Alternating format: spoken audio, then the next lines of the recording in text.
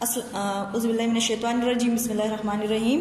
السلام علیکم۔ آج ہم 3 کی سمری کریں گے، تو ہم چیپٹر سٹارٹ کرتے ہیں۔ تیسری کلاس کی سمری ہے، ہمارے سبق کا نام ہے ہمارے پاس رشتہ داروں کے حقوق۔ ٹھیک ہے بیٹا، رشتہ داروں کے حقوق ہے سبق کا نام۔ حقوق جو ہے حق کی جمع ہے۔ ٹھیک ہے بیٹا، حقوق حق کی جمع ہے اور حق کا مطلب ہے خیال رکھنا۔ کتاب صفحہ نمبر ہمارے پاس ہے 78 + 79۔ ٹھیک ہے بیٹا، اچھا یہ ہے رشتہ داروں کے حقوق۔ حقوق حق کی جمع ہے۔ حقوق 2 قسم کے ہوتے ہیں۔ نمبر 1 اللہ کے حقوق، اس کو ہم حقوق اللہ بھی کہتے ہیں۔ نمبر 2 بندوں کے حقوق، اس کو ہم حقوق العباد بھی کہتے ہیں۔ ٹھیک ہے بیٹا، 2 نیم ہے اس کے، اللہ کے حقوق حقوق اللہ، بندوں کے حقوق حقوق العباد، 2 قسم کے ہوتے ہیں، یہ آپ نے یاد رکھنا ہے۔ ٹھیک ہے، حقوق اللہ کے بارے میں پڑھتے ہیں۔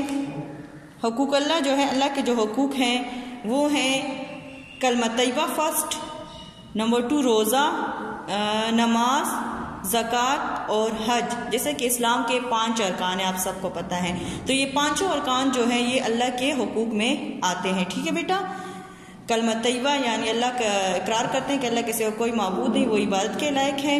نماز پڑھتے ہیں 5 وقت، روزہ رکھتے ہیں، رمضان کے مہینے میں 30 یا 29 روزے ہم رکھتے ہیں، اور زکوٰۃ دیتے ہیں اپنے مال میں سے جو صاحب استطاعت ہو، یعنی جو امیر ہو، جو شخص مرد ہو یا عورت، اس پہ سال میں 1 دفعہ زکوٰۃ ضرور فرض ہے ادا کرنا۔ اور حج بھی نبی پاک صلی اللہ علیہ وسلم نے صرف زندگی میں 1 بار حج ادا کیا، مسلمانوں پر بھی زندگی میں صرف 1 دفعہ حج ادا کرنا فرض ہے۔ ٹھیک ہے بیٹا، حج ادا کرنا زندگی میں 1 دفعہ فرض ہے۔ اس کے بعد ہے ہمارے پاس ہیں اللہ کے حقوق کے بعد اب ہیں بندوں کے حقوق، اس کو حقوق العباد بھی کہتے ہیں۔ اس میں ہیں والدین کے حقوق بھی اس میں آتے ہیں، اولاد کے حقوق بھی آتے ہیں، رشتہ داروں کے حقوق بھی، اساتذہ کے حقوق بھی، اور ہمسایوں کے حقوق بھی، وغیرہ وغیرہ۔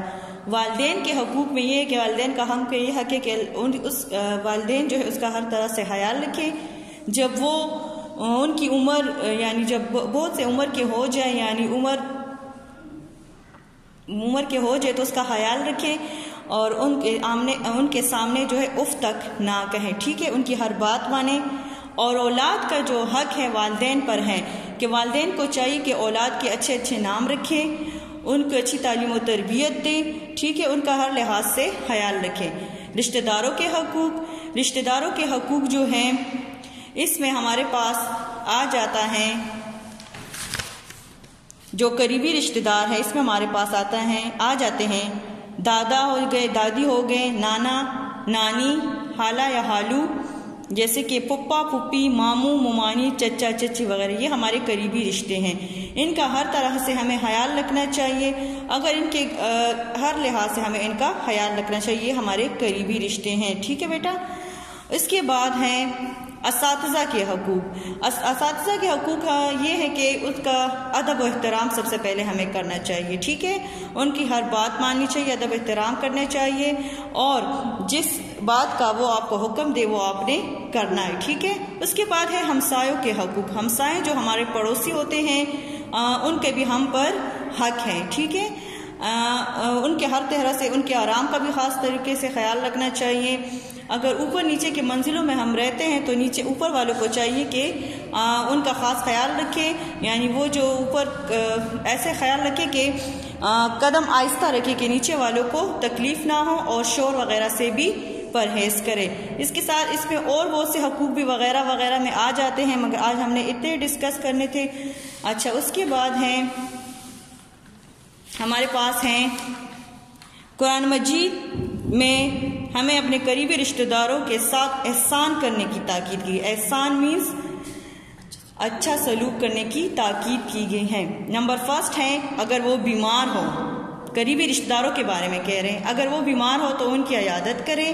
نمبر 2 غریب ہو تو مال سے مدد کرے، اگر وہ غریب ہو تو ان کی مال سے ہمیں مدد کرنی چاہیے۔ ٹھیک ہے، وغیرہ زکوٰۃ وغیرہ دینی چاہیے ان کو۔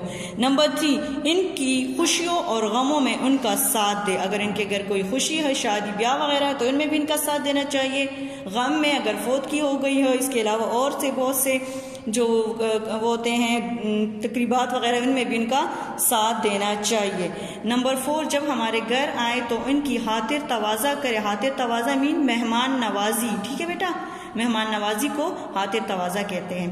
نمبر 5، اگر کسی رشتہ دار سے ناراضگی ہو جائے تو ان سے تعلق نہ توڑے اور ان سے بات چیت بند نہ کرے، ٹھیک ہے، ایسا کرنا سخت گناہ ہے۔ اگر کسی رشتہ دار سے اگر کوئی خفا ہو جائے، ناراض ہو جائے تو ان سے تعلق نہیں توڑنا چاہیے، رشتہ نہیں توڑنا چاہیے، ٹھیک ہے، ان کے گھر آنا جانا چاہیے، ان سے بات چیت ختم نہیں کرنی چاہیے، کیونکہ ایسا کرنا اللہ کے ہاں بہت سخت گناہ ہے۔